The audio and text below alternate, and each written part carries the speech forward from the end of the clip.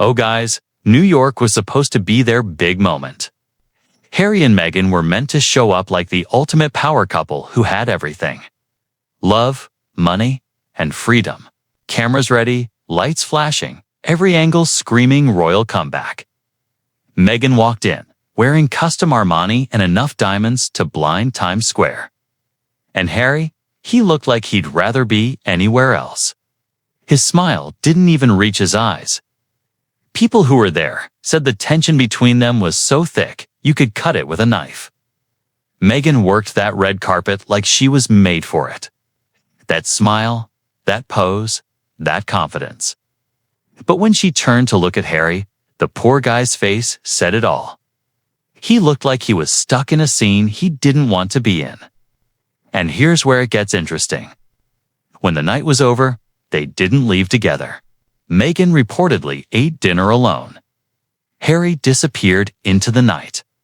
For a couple that used to call themselves salt and pepper because they did everything together, that was the first warning sign. Word on the street is that New York night wasn't a celebration. It was a sneak peek. A warning of what was quietly falling apart behind the cameras. Now, to understand why that New York night hit so hard, we need to go back to Paris. Paris isn't just another city for Harry. It's a painful memory. It's where his mother, Princess Diana, died. For years, he couldn't even go there. So when Meghan announced a solo business trip to Paris, people close to him say he went quiet, nervous and worried, but he didn't stop her. Then came the shocking news. Photos and videos of Meghan filming content near the Pont de l'Alma tunnel. Yes, that tunnel. The exact place Diana's car crashed. Insiders say when Harry saw it, he completely broke down. It was like watching someone reopen his deepest wound and call it brand content, one source said. And the worst part? She brushed it off. She allegedly told people it was just work, that everyone was overreacting. But Harry saw something else. The one boundary he thought never had to be said was broken for clicks.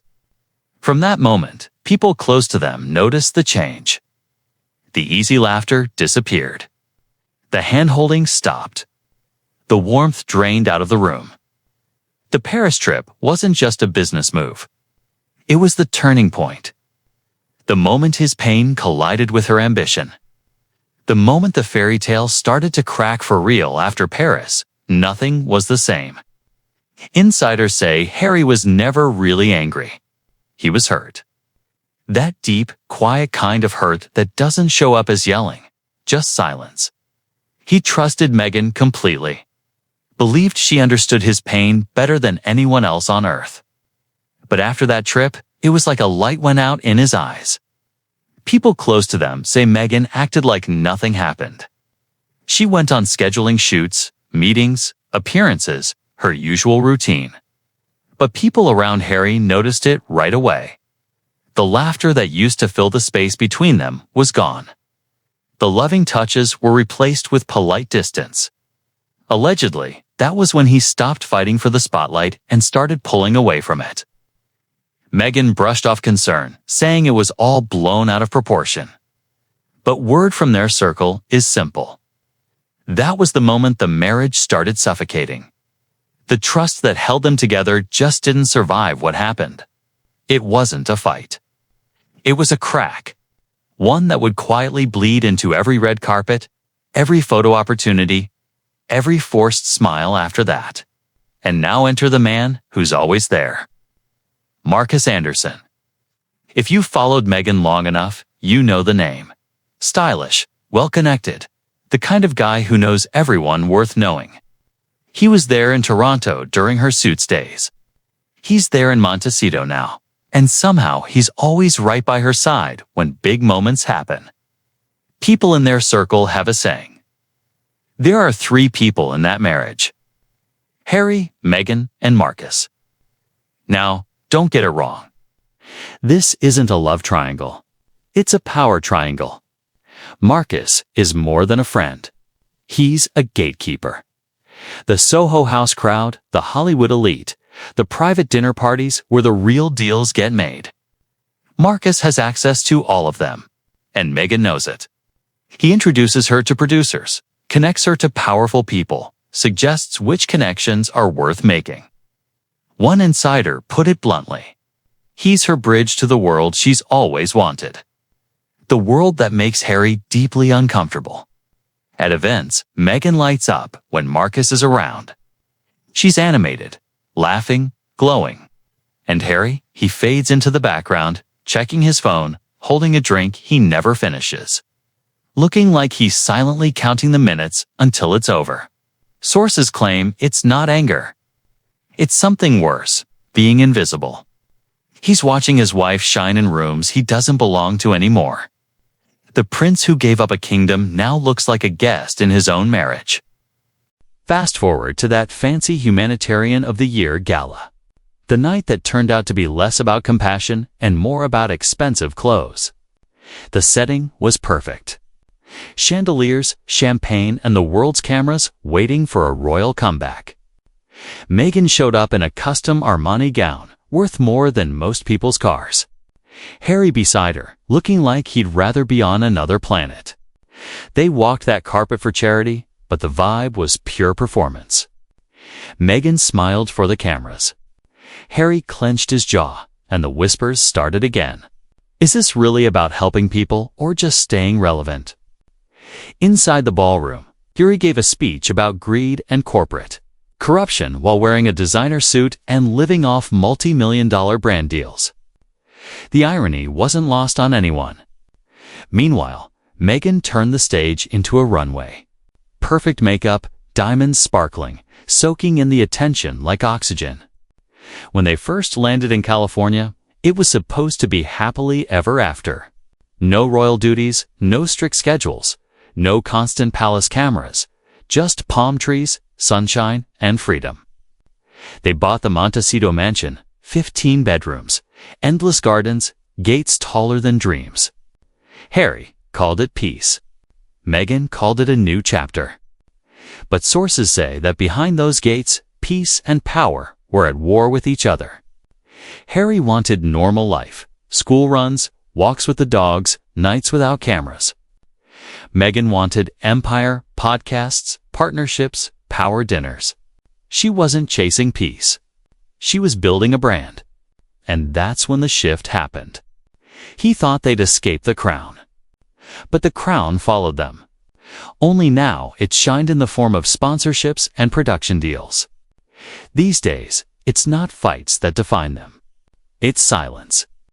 Word on the street is that they live separate lives under one roof. Meghan's mornings start with calls, stylists, and planners. Harry's start with the kids and long walks down quiet trails near the coast. At night, they pass like roommates in a mansion that echoes louder than ever. No yelling, no drama, just a distance you can feel from the driveway. Insiders say he spends hours in the garden, headphones in, listening to old songs and audiobooks, anything that doesn't remind him of what their life became. She spends her nights under soft ring lights, writing speeches about empowerment. They're not breaking up, one close source said. They've already broken apart. They just haven't signed the paperwork. Rumors swirl of a trial separation, a quiet period to find themselves, but no one expects a clean break. They're tied together by children, contracts, and the image that pays for it all. It's not divorce keeping them together. It's business. See, this is the part of the story where most people expect the fade out, the soft ending. But no, not in Hollywood. Because the truth is, the show never stopped. The only thing more addictive than fame is the illusion of control. They've built an empire around their story. Love, rebellion, tragedy, redemption. And every move they make feeds the myth. Hand-holding photos at events, carefully planned smiles, matching looks of "we're fine." It's all choreography. An insider put it simply. They're not living life, they're performing it. Every public word is calculated. Every private moment has an angle. And Harry, The man who once ran from royal performance is now trapped in another, just under softer lighting. He's not a prince in a palace anymore. He's a supporting actor in a brand he no longer believes in. Night falls over Montecito. The house glows softly from the outside. Golden lights, perfect symmetry, quiet gardens. The dream looks intact, but inside, two people moving in separate rhythms, each holding on to their version of freedom. Harry's upstairs scrolling through photos of another life, one where love was simple and duty was clear. Meghan's downstairs reviewing notes for her next public appearance. Same house, different worlds. They once told the world they'd escape the crown to find peace. But sources whisper that peace never came because you can't escape a cage if you're the one polishing its bars. The golden gates that once promised privacy now keep them trapped inside their own story. The mansion sparkles, but it echoes. Every window reflects a version of the dream they built and the reality they can't stand to face. Harry and Meghan didn't lose each other in the spotlight.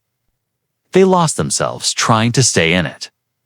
The lights dim on the fairy tale, and somewhere in that silence, you can almost hear it. The sound of cameras warming up again. Because no matter how many times they try to end the act, there's always another scene waiting to be filmed. Claude can make mistakes. Please double-check responses.